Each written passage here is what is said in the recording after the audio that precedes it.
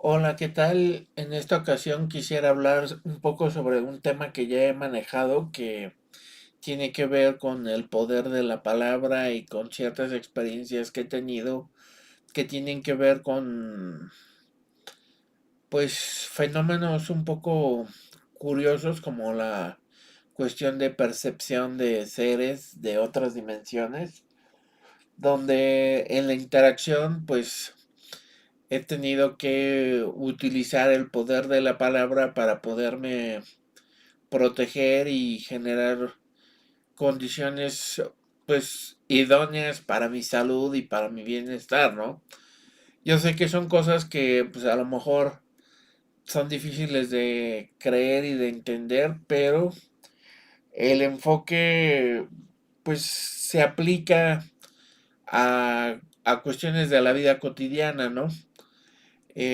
Parte de estas luchas que he tenido con estas entidades y todo esto, pues tiene que ver con la aplicación de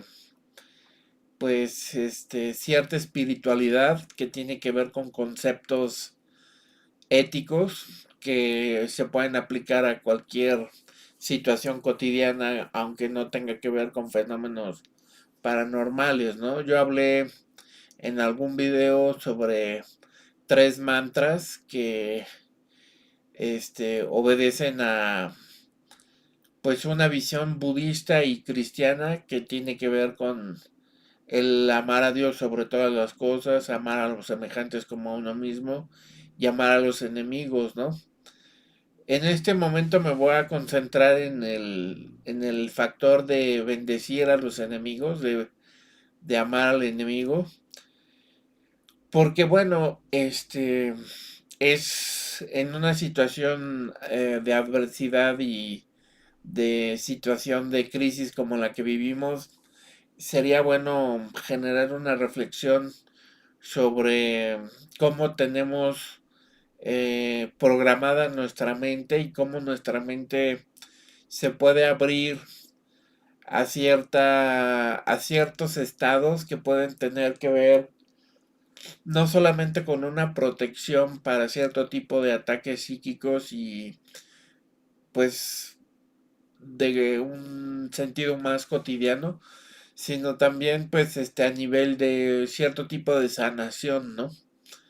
Yo en uno de los mantras había dicho que por inspiración y eh, por, por lógica y por encuentro en la lucha por estas entidades, desarrollé un mantra que dice bendigo a los enemigos, les devuelvo lo que nos dan.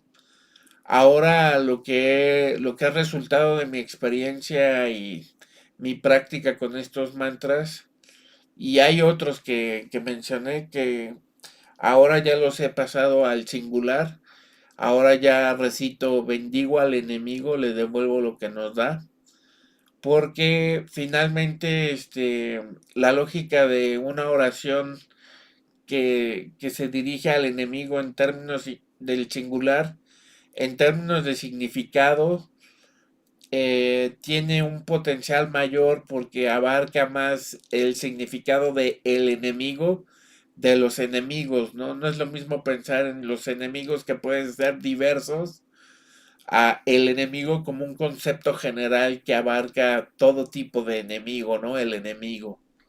Entonces, ahora yo recito y practico este tipo de mantra que pues se centra mucho no solo en el sonido, sino más que nada principalmente en el significado para recitarlo y obtener los beneficios de recitar este tipo de mantra.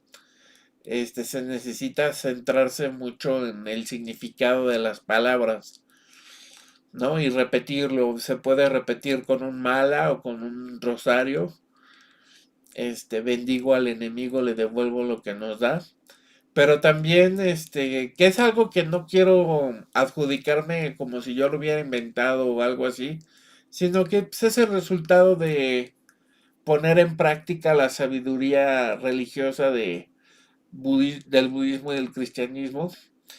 y a la hora de ponerlo en práctica se puede recitar de manera abreviada como bendigo al enemigo, simplemente, ¿no?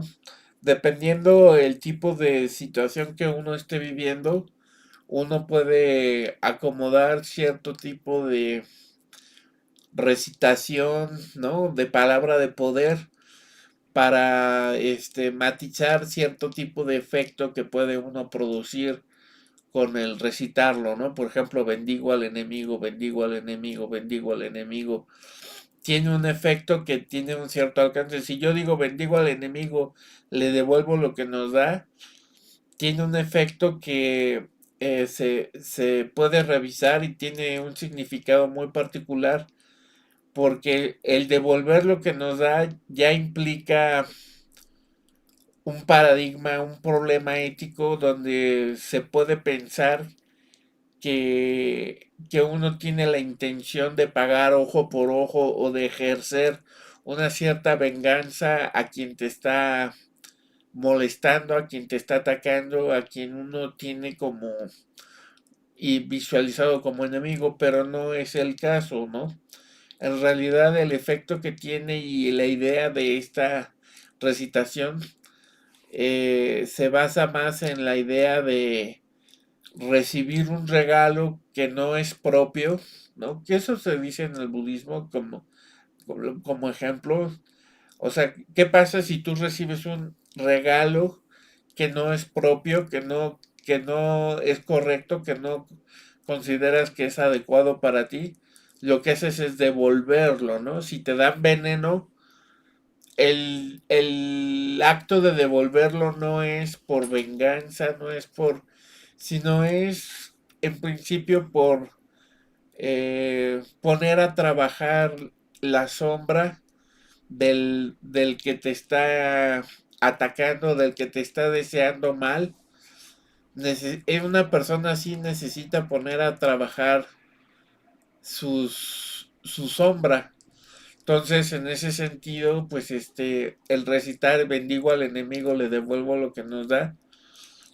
El poder que tiene es que puede disuadir de ciertos ataques. Yo sé que suena muy abstracto contarlo así para alguien que no ha vivido este tipo de cosas, o a lo mejor muchos sí los han vivido, pero no lo reconocen como una situación de ataque psíquico. No, en lo general la gente no tiene este concepto de ataque psíquico, ¿no? Generalmente no tenemos esa experiencia o no la identificamos. A lo mejor sí la tenemos, pero no la identificamos, ¿no? Porque luego puede uno sonar como un loco, pero en realidad, pues, uno habla de fenómenos que están ahí y que, pues, ya en otros videos he hablado de eso. En este sentido, pues, si alguien tiene la necesidad de protegerse de cierto tipo de situación de sufrimiento, de dolor corporal, físico, psíquico, este tipo de mantra tiene una protección muy fuerte, ¿no? Sobre todo si uno lo entiende más allá de una situación de esto de lo que digo de venganza, ¿no? Sino es una manera de bendecir al enemigo, de propiciarle un bienestar, producirle un estado mejor, pero ponerlo a trabajar con las cosas que está dando a los demás, ¿no? De hecho, en ese sentido, por eso se puede matizar recitando el mantra, sin simplemente diciendo bendigo al enemigo o bendigo al enemigo, reparo daño. Son diferentes modalidades con las que se puede recitar este mantra. Filosóficamente hay un contexto que tiene que ver con la idea pues, de defenderse de cierta situación adversa en la que nosotros hemos aprendido a ser indefensos, ¿no? Hemos aprendido a no podernos defender porque nuestra cultura religiosa sobre todo ha adaptado nuestro pensamiento para que no seamos capaces de defendernos, ¿no? Se supone que en la Biblia dice, no hagas a los demás lo que no quieras que te hagan a ti. Pero hay una parte que parece que está omitida, que la iglesia omitió, no quiso que se divulgara, y es una parte complementaria que dice, no dejes que te hagan lo que tú no le harías al otro, ¿no? Si uno toma en cuenta estos versos complementarios, la historia cambiaría porque no es lo mismo pensar de no hacer a los demás lo que uno no hagas a los demás lo que no, lo, ¿cómo es? No hagas a los demás lo que tú no le harías al otro, ¿no? O sea, no producir ningún daño, no producir ninguna, pero no te puedes defender si alguien te está haciendo, no dejes que te hagan a ti lo que tú no le harías al otro, ¿no? O sea, ¿por qué yo voy a dejarme destruir o me voy a dejar eh, vencer ante cierta situación? Es un tema delicado porque en realidad eh, se puede prestar para una situación de justificación de la violencia, ¿no? Yo creo que es un tema de las artes marciales que también tienen que ver con el budismo, donde en realidad la idea no es acabar con el enemigo, ¿no? Sino es vencer las debilidades mutuas y vencer juntos para un bien común. Sin embargo, hay situaciones donde uno tiene que poner límites y eso no está peleado con desearle un bien al otro, ¿no? De hecho, como una estrategia de lucha en este tipo de contextos que tienen que ver con los fenómenos paranormales, lo psíquico, como dice la Biblia, esta lucha no es de carne y sangre, sino es de potestades, de principados y potestades. O sea, eso quiere decir que una potestad tiene que ver con un decreto, ¿no? Y en esta lucha con estas entidades de estas dimensiones, todo se centra en el poder de cómo la mente funciona, ¿no?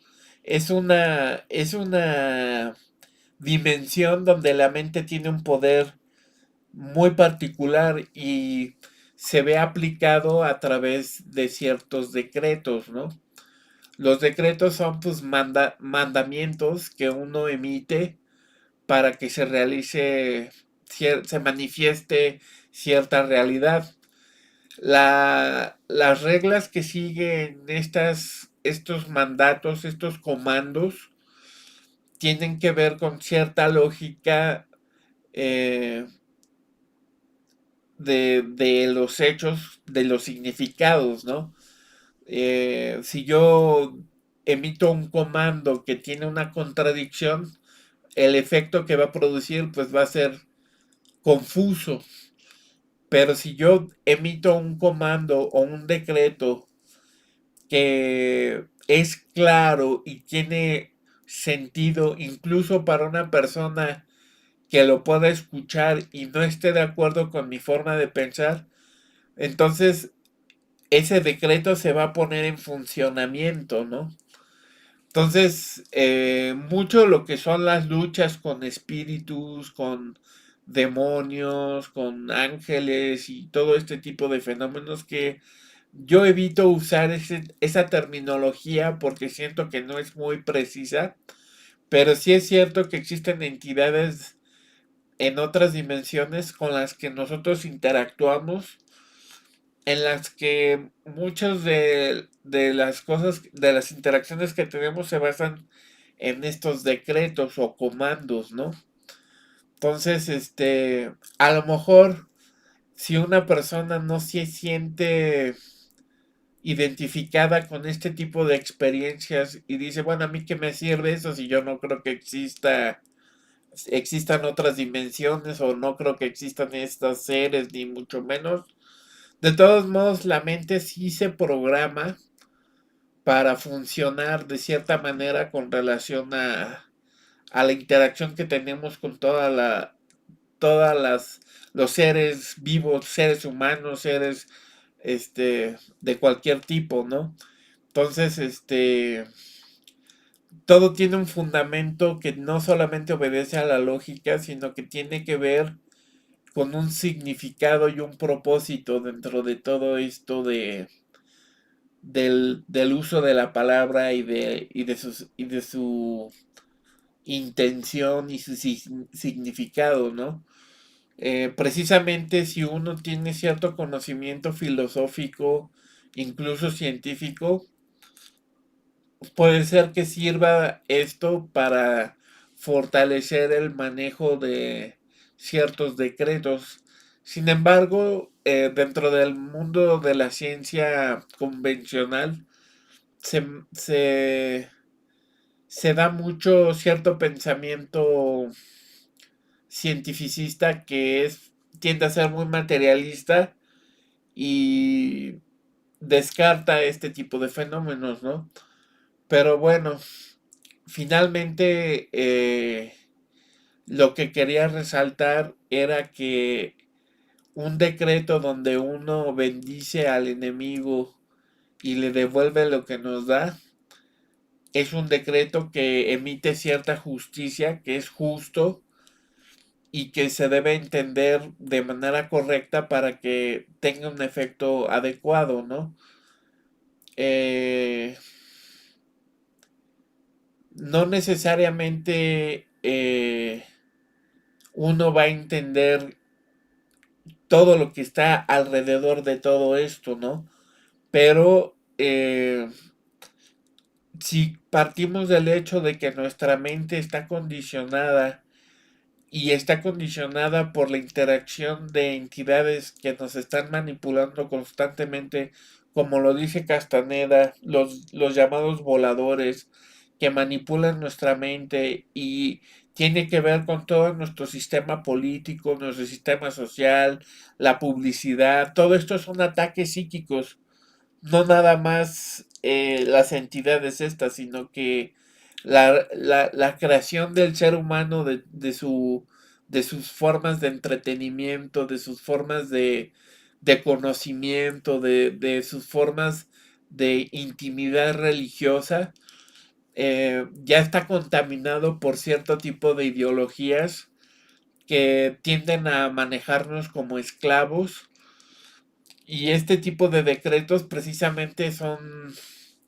eh, herramientas muy útiles para romper esa estructura mental que nos ha situado en una posición de indefensión, que no nos permite entender que sí se necesita poner límites a los enemigos con una bendición, con un deseo de bienestar para ellos, pero también poniendo límites porque por mucho que uno sea pacifista y uno desee evitar cualquier tipo de daño a todos los seres, puede llegar el extremo de que uno se convierta en cómplice de una persona violenta simplemente porque no toma uno medidas para evitar la violencia, ¿no? Muchas veces recurrimos a la policía en un caso más mundano para solucionar problemas de violencia y la policía lo que hace es actuar con base a un sistema que ya está corrupto y van a ser más violentos aún, ¿no? O van a ejercer un sistema injusto donde siempre se va a favorecer al corrupto. Entonces,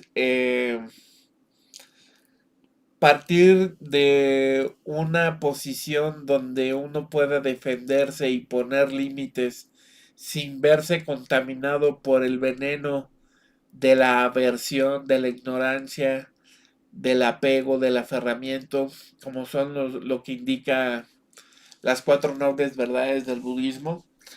Eh, Uno como budista o como practicante religioso no es nada más el ser pacifista, sino uno quiere evitar las consecuencias de ser violento, ¿no?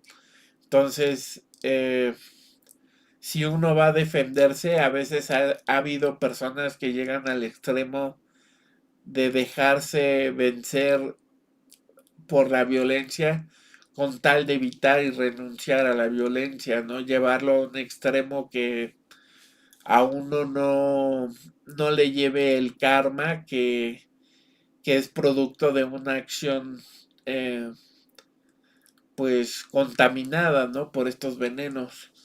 Pero la realidad es que sí hay maneras de evitar el sufrimiento hasta cierto punto, poniendo límites, inclusive pues contrariando la voluntad de un cierto enemigo que se nos pueda aparecer.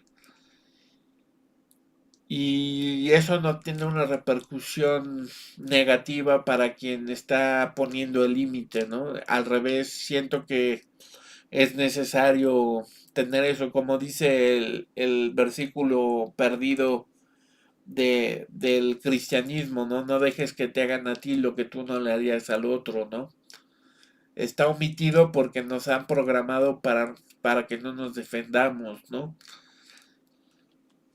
Ahora, el siguiente mantra, tiene que ver con algo que no he trabajado lo suficiente, que me ha faltado practicarlo, pero sí llegué a perfeccionarlo porque me di cuenta que, así como lo había presentado antes, bendigo a los semejantes multiplicado, estaba incompleto, ¿no? Entonces ahora como está, como dice en el texto, bendigo al semejante con amor multiplicado, ¿no?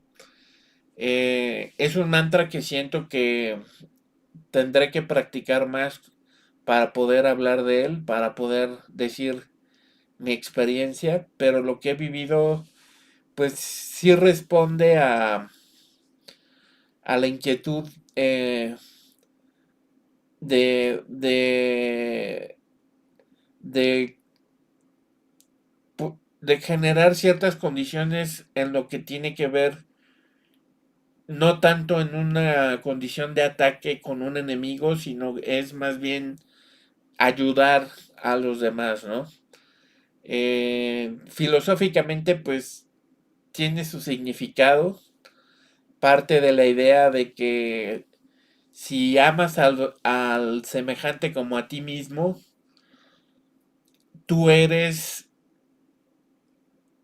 una esencia que va a multiplicarse, dado que el otro es una esencia semejante que hace que se conjuga y produce una multiplicación de bendiciones, ¿no? En fin, quisiera hablar más sobre pero me falta experiencia y pues a lo mejor en un futuro hablo más sobre este tipo de mantra. El último que voy a decir, que es el primero que está en la lista, es el de bendigo al maestro con ecuánime devoción. Ya lo mencioné en el otro video, pero en plural, como había dicho antes.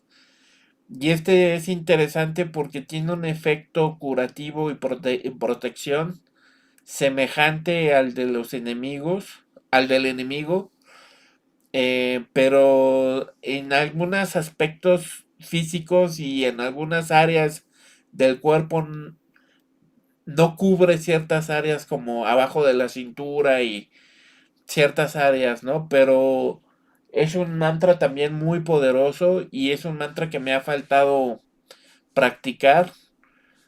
Eh, es un mantra que siento que trabaja mucho con la mente del fanatismo, de la idolatría, porque amar al maestro con ecuanimidad significa amar al maestro libre de apego, de aferramiento, de aversión, de odio, pero también con devoción, o sea, sí hay un sentido para la devoción y a mí en lo particular sí ha sido algo difícil de asimilar.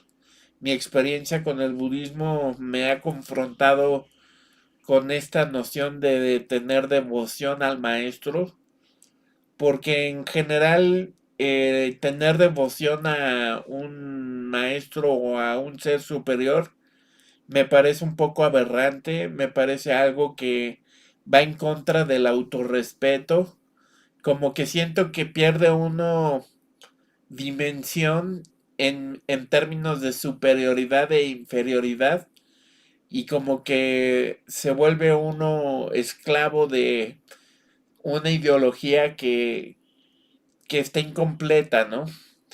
Yo siento que la devoción al maestro es válida y es necesaria, pero se tiene que entender desde diferentes puntos de vista, igual que con el enemigo, que el enemigo principal es el que es interno, también lo es el maestro, ¿no? Si yo le tengo devoción al significado y a la imagen y al, y al y a la representación de lo que es un maestro como un símbolo de sabiduría y una sabiduría que está encarnada en alguien que ya asimiló el conocimiento, entonces toma sentido, ¿no? En esa forma, ¿no? Eh, Creo que hay maneras de tener devoción que pueden ser fanáticas, que pueden ser eh, pues, pues de de exagerar el valor externo, del maestro que nos está ayudando y no queremos cuestionar como su papel en la vida, ¿no? Por eso es necesario manejar la devoción con ecuanimidad para poder tener un equilibrio donde se pueda dar un amor y un respeto a alguien que pone en práctica la sabiduría, pero al mismo tiempo no perder la tierra y no otorgarle cualidades que no tiene o no dejar de cuestionar cuestiones que son importantes, ¿no? Yo mucho tiempo pensé que eh, un maestro fuera de sí mismo es fanatismo ya en sí mismo, ¿no? No necesita uno realmente ningún maestro, ¿no? Y en cierto sentido sigo pensando un poco así, pero realmente también he descubierto que el sentido de que existe un maestro que nos pueda ayudar es el sentido de poner en práctica también cierta forma de compasión que no se pondría en práctica si no existiera esa relación maestro-discípulo o maestro-alumno, ¿no? Esta visión del maestro pues es dialéctica, es una visión que es temporal. Finalmente el maestro es uno mismo, como dice el Buda, sé tu propio maestro. No hay que esclavizarse a ningún maestro externo, pero también hay que reconocer que hay maestros en en todo ser vivo y es digno de respeto y sí reconocimiento ese valor. Y de hecho, pues algo que me ha hecho tener fe en esto que estoy diciendo, pues es el practicar este mantra, que he visto los efectos que tiene, como de alguna manera la mente crea cierta condición que lo lleva a un estado de bienestar y de protección, ¿no? Bueno, es algo que quería dejar, es algo complicado de explicar, es algo que toma tiempo tratarlo de asimilar como debe ser y tratarlo de explicar, pero espero haya quedado claro la idea y pues puedan usar estos mantras para protegerse. Yo mi experiencia que he tenido pues ha sido que pues he vivido fenómenos de curaciones, de protección muy fuertes, muy poderosos. Y pues ahora sí que no se trata de creer, hay que practicar. Ya practicando uno puede corroborar si recitando estos mantras tienen el efecto que estoy diciendo. Ahora también si uno no está atento a los microfenómenos y a todo tipo de fenómeno al cual uno está sujeto y uno no presta atención, pues a lo mejor uno no se va a dar cuenta, ¿no? Del efecto que tienen estos mantras, ¿no? O de cualquier mantra. Ahora también, si uno no está como tal percibiendo un ataque, pues no va a ver uno precisamente el efecto. Es cuando uno está sometido a cierto tipo de ataque que uno corrobora el poder de este tipo de mantras, ¿no? Y muchas veces estos ataques no necesitan ser algo espectacular como El Exorcista y todo este tipo de películas, sino que muchas veces un dolor en el pecho, un dolor en la cabeza, pérdida de la memoria. Hay muchas maneras donde estas entidades nos atacan. Puede dolernos la pierna, puede dolernos el brazo, puede afectarnos la vista, los riñones.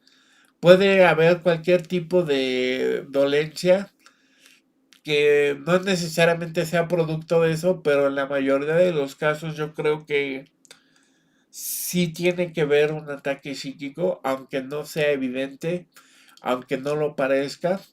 Ahora sería cosa de corroborar y poner a prueba estos mantras y ver qué sucede cuando uno tiene cierta dolencia. Es más útil cuando lo está viviendo uno en el momento exacto para corroborar el efecto, porque si uno lo deja en un momento posterior, es más difícil detectar el efecto, ¿no? En fin, espero sea de utilidad todo esto que he compartido y pues se pueda aprovechar, pueda ser aprovechado, pueda ser entendido en su justa dimensión con todo y lo que significa todo lo que he mencionado, los aspectos cotidianos y mundanos y los aspectos extraordinarios y pues difíciles de creer y de entender, pero pues siento que puede ser de gran ayuda. Yo fueron producto de un descubrimiento a través de la lucha, como lo dije antes. Lo inventé yo y no lo inventé yo porque pues son parte de la sabiduría universal que existe en el cristianismo y en el budismo. Y decir que uno se lo inventó también es una exageración. Pero sí es un encuentro, es como una piedra preciosa que uno encuentra, ¿no? Muchas bendiciones y ojalá sea de utilidad. Gracias.